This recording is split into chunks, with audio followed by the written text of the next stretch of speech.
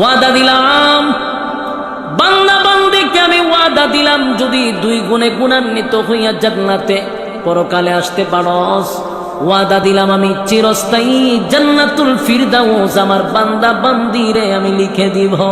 সুবহানাল্লাহ। 2 গুণে গুণান্বিত হতে হবে। কারণ যুবক ভাইরা, এই পৃথিবী চিরস্থায়ী নয়। বলুন, এটা কি চিরস্থায়ী? এই পৃথিবী চিরস্থায়ী নয়। আল্লাহ বলেন কুল্লু মান আলাইহা ফান, সব আমি ধ্বংস করে দিব। সব যেদিন ধ্বংস হয়ে যাবে, ওয়ায়াবকা ওয়াজহু রাব্বিকা যুল জালালি ওয়াল ইকরাম, যিনি থাকবেন তিনি কে? যিনি থাকবেন তিনি আল্লাহ। সব ধ্বংস হবে, এমনকি যিনি বাঁশি বাজাইবেন ইসরাফিল আলাইহিস সালাতু ওয়াস সালাম, তিনিও থাকবেন না, আল্লাহ তাকেও ধ্বংস করে দিবে। জিবরাইল আলাইহিস সালাতু ওয়াস সালাম ধ্বংস হয়ে যাবে। সব যেদিন ধ্বংস হয়ে যাবে, যেদিন বিশ্ব পরিস্থিতির পরিসমাপ্তি ঘটায়া দিবে, আল্লাহ রাব্বুল আলামিন বলেন বাঁশি বাজায়া দে, বাঁশি বাজায়া দিবে। জমিনের মধ্যে একটা জালজালা শুরু হবে। ইজা জুলজিলাতিল আরদু জিলজালাহা, জমিনের মধ্যে জালজালা শুরু হয়ে যাবে। সব ধ্বংস হয়ে গেল। প্রথম সিংহায় সব ধ্বংস হয়ে গেল। দ্বিতীয় সিংহায় ফুঁক দিবার আগ পর্যন্ত লম্বা একটা সময় মাঝখানে চলে যাবে রে। আল্লাহ আবার ইসরাফিল জিন্দা করবে। ইসরাফিল, দ্বিতীয়বার সিংহায় ফুঁক দাও। দ্বিতীয়বার যখন সিংহায় ফুঁক দিবে, তখন মানুষের ভিতর থেকে আবার রূহ তৈরি হবে। সুবহানাল্লাহ। প্রত্যেকটা মানুষের শরীরে আবার রূহ আসবে। কাদা মাটির নিচ থেকে মানুষ উলঙ্গ অবস্থায় দাঁড়াবে, কারো শরীরে কোনো কাপড় থাকবে না। কাদা মাটির নিচ থেকে মানুষগুলা যখন হাসরের মাঠে দাঁড়াবে, আল্লাহ রাব্বুল আলামিন বলেন মানুষ যখন দাঁড়াবে উলঙ্গ অবস্থায়, আবার তাদের থাকবে প্রচন্ড পিপাসা। 1 নম্বর হলো থাকবে তাদের পিপাসা। পৃথিবীর সব পানিও যদি তাদের গলাতে ঢেলে দেওয়া হতো, পিপাসা নিবারণ হতো না। এই পরিমাণ পিপাসা থাকবে। তখন মানুষ যে হাসরের মাঠে ডুববে, ওই হাসরের মাঠে ঢুকার আগে একটা জায়গার নাম হলো হাউজে কাউসার, যেখানে আমার নবী হাউজে কাউসারের সামনে দাঁড়ায় থাকে। যারা হাসরের মাঠে ডুববে, নবীর হাতের 1 পেয়ালা পানি পান করে তারপরে হাসরের মাঠে ডুববে। সুবহানাল্লাহ। 1 পেয়ালা পানি যদি কেউ পান করতে পারে, নবীর বরকতি হাতের পানি যদি 1 পেয়ালা কেউ পান করতে পারে, 50,000 বছরের ভিতরেও কোনদিন বান্দা বান্দির পানির পিপাসা লাগবে না। 1 পেয়ালা পানি যদি পান করতে পারে, কিন্তু আফসোসের ব্যাপার হলো এই হাউজে কাউসারের পানি সবাই পান করতে পারবে না। সবাই পান করতে পারবে না। কারণ মানুষ দলে দলে দলে দলে দলে দলে হাসরের মাঠের দিকে যখন উলঙ্গ অবস্থায় যাইতে থাকবে, আল্লাহর নবী বলবেন আমি তাকায়া দেখব দলে দলে দলে দলে আমার উম্মতরা আসতেছে আরে পানি পান করার জন্য। কিন্তু যখন তারা কাছাকাছি চলে আসছে, আমি নবী তাদেরকে আর দেখব না, তারাও আমারে দেখবে না। বিষয়টা কি বুঝতেছেন? আল্লাহর নবী বলেন আমি দেখলাম কোটি কোটি উম্মতেরা পানির পিপাসা জিহ্বা বাহির করে দিছে। হাউজে কাউসারের কাছে যখন আসছে, আমি নবী আর তাদেরকে দেখি না, তারাও আমারে দেখে না। আল্লাহর নবী তখন একটা চিৎকার দিয়া বলবে মালিক, এই হাউজে কাউসার আমি আপনার কাছ থেকে জোর করে আনি নাই, আপনি তো আমারে গিফট করছেন, ঠিক না বেঠি? ইন্না আ'তাইনাকাল কাউসার, নিশ্চয়ই আমি আপনাকে কাউসার দান করছি। আল্লাহর নবী বলেন মালিক, এই কাউসার তো আমি আপনার কাছ থেকে জোর করে আনি নাই, আপনি আমারে দিছেন। তাহলে এখন আমার গুনাহগার উম্মতরা পানি পান করতে আসলো, আমি কেন তাদেরকে দেখি না, তারাও কেন আমারে দেখে না? আল্লাহর নবী যখন চিৎকার দিবে, রব্বে কারীম ডাক দিয়া বলবে বন্ধু, আপনি যাদেরকে দেখেন না, যারা আপনাকে দেখে না, তারা আপনার হাতের পানি পান করতে পারবে না। আর আমি আল্লাহ তাদেরকে আপনার বরকতি হাতের পানি পান করতে দিব না। আল্লাহর নবী বলেন, মালিক এমনটা কেন হয়ে গেল? আল্লাহ ডাক দিয়ে বলল, আমি যা জানি আপনি নবী তা জানেন না। বলুন, আল্লাহ যা জানে নবী কি তা জানে? জানে না। আল্লাহ তখন ডাক দেয়া হয়, মান বন্ধু, যাদেরকে আপনি দেখেন না, যারা পানি পান করতে আইসে আপনার সামনে অদৃশ্য হয়ে যায়, এর এক নম্বর কারণ হলো আপনার মাঝখানে আর আপনার উম্মতের মাঝখানে আমি একটা পর্দা ফালাইয়া দিছি। যেই পর্দার কারণে আপনি তাদেরকে দেখেন না। তারা কলিজা পাটা পিপাসা লইয়া হাসরের মাঠে ডুববে। হাসরের মাঠে ঢুকার কারণে কলিজা পাটা পিপাসা লইয়া ডুববে নবীজি, কারণ তারা দুনিয়াতে আপনার রেখে যাওয়া ইসলাম পালন করে নাই। তারা আপনার মন গড়া ইসলাম পালন করছে। যতই তাদেরকে বোঝানো হইতো যে কোরআনে নাই, হাদিসে নাই, কোথায় পাইলা? অনেক মানুষ দুনিয়াতে দেখবেন যদি বলিটা কোরআনেও নেই, হাদিসেও নেই, আপনি পাইলেন কই? হয় বাপ দাদা হইয়া গেছে। কে হইয়া গেছে? বাপ দাদার দোহাই দিয়ে ইসলাম চালায়া দেয়। আল্লাহ নবীর বরকতি হাতের পানি তারা পান করতে পারবে না। কথা কি বুঝতে চান? একদল মানুষ পানি পান না করে যখন হাসরের মাঠে যাবে, ভয়াবহ পরিস্থিতি হবে হাসরের মাঠে। আল্লাহ নবী বলেন, তিনটা মুহূর্ত হবে হাসরের মাঠে অত্যন্ত ভয়ানক। কয়টা মুহূর্ত? তিনটা মুহূর্ত হবে হাসরের মাঠে অত্যন্ত ভয়ানক। একটা হলো আমলনামা ডান হাতে না বাম হাতে, এই সময়টাতে মানুষ সবচেয়ে বেশি আতঙ্কে থাকবে।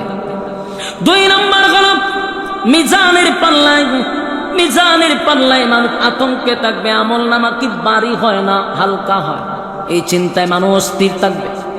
তিন নাম্বার হলো ফুলসিরাতের ফুলের মাঝখানে, ফুলসিরাতের ফুলের কিনারা মানুষ সবচেয়ে বেশি চিন্তিত থাকবে। কারণ এই ব্রিজে ওঠার পরে যদি নিচে পড়ে যায়, ইন্না জাহান্নামা কানাত মিরসাদা, নিচে জাহান্নাম ওত পেতে বসা। কথা কি বুঝতেছেন আমার যুবক ভাইরা? জাহান্নামের মধ্যে তিনটা, এই পরকালে তিনটা সময় হবে অত্যন্ত ভয়ানক। কারণ এই জায়গার মধ্যে আল্লাহ একটা দলকে বিনা হিসাবে জান্নাত দিবে। সুবহানাল্লাহ। ইল্লা আসহাবাল ইয়ামিন,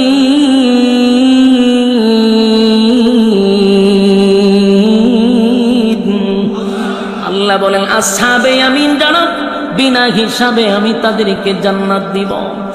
আরেকটা দল এই জাহান্নামীরা, এদের মধ্যে তিনটা দল হবে, একটা বিনা হিসাবে জান্নাতি, আর একটা ডান হাতে আমলনামা পাবে, তারাও জান্নাতি।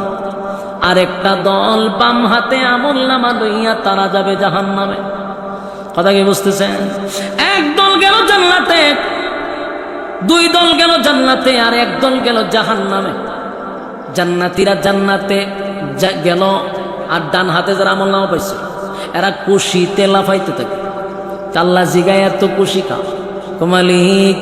ডান হাতে যা আমলনামা হয়েছে, ডান হাতে আমলনামা পাইয়া খুশিতে তারা আনন্দে নাচতে থাকবে, আর বলবে আমরা জান্নাত পাইছি, এই জন্য আমরা এত খুশি। সুবহানাল্লাহ। আল্লাহ কয়, বান্দারে এখনো জান্নাতের ভিতরে ঢুকস। আমি আল্লাহ ওয়াদা দিছিলাম, কানাত লাহুম জান্নাতুল ফিরদাউসি নুজুলা, আমি জান্নাতুল ফিরদাউস তোদেরকে দান করব। আজকে আমি ওয়াদা করছিলাম যে আমি ওয়াদা রক্ষা করছি, চিরস্থায়ী জান্নাতুল ফিরদাউস আমি তোদেরকে দান করে দিলাম। সুবহান। এই জান্নাতে ঢুকলে এক নাম্বার যে নিয়ামত আপনি পাবেন, যা দুনিয়াতে মানুষ কোনোদিন চেয়ে পায় নাই, এক নাম্বার কোন জান্নাতের ভিতরে আর কোনোদিন মরণ নেই। কি নাই? মরণ নেই। দুই নাম্বার কোন জান্নাতের ভিতরে আর কোনোদিন বৃদ্ধ হবেন না। কথা কি বুঝতেছেন? জান্নাতের ভিতরে কি নাই? মরণ নাই, জান্নাতে বৃদ্ধ হবেন না। তিন নাম্বার হলো দুনিয়াতে অনেক মানুষের যে আফসোস গুলা ছিল সব দুনিয়ায় পুরা হয় না, আল্লাহ জান্নাতে সব পুরা করে দিবে। সুবহানাল্লাহ।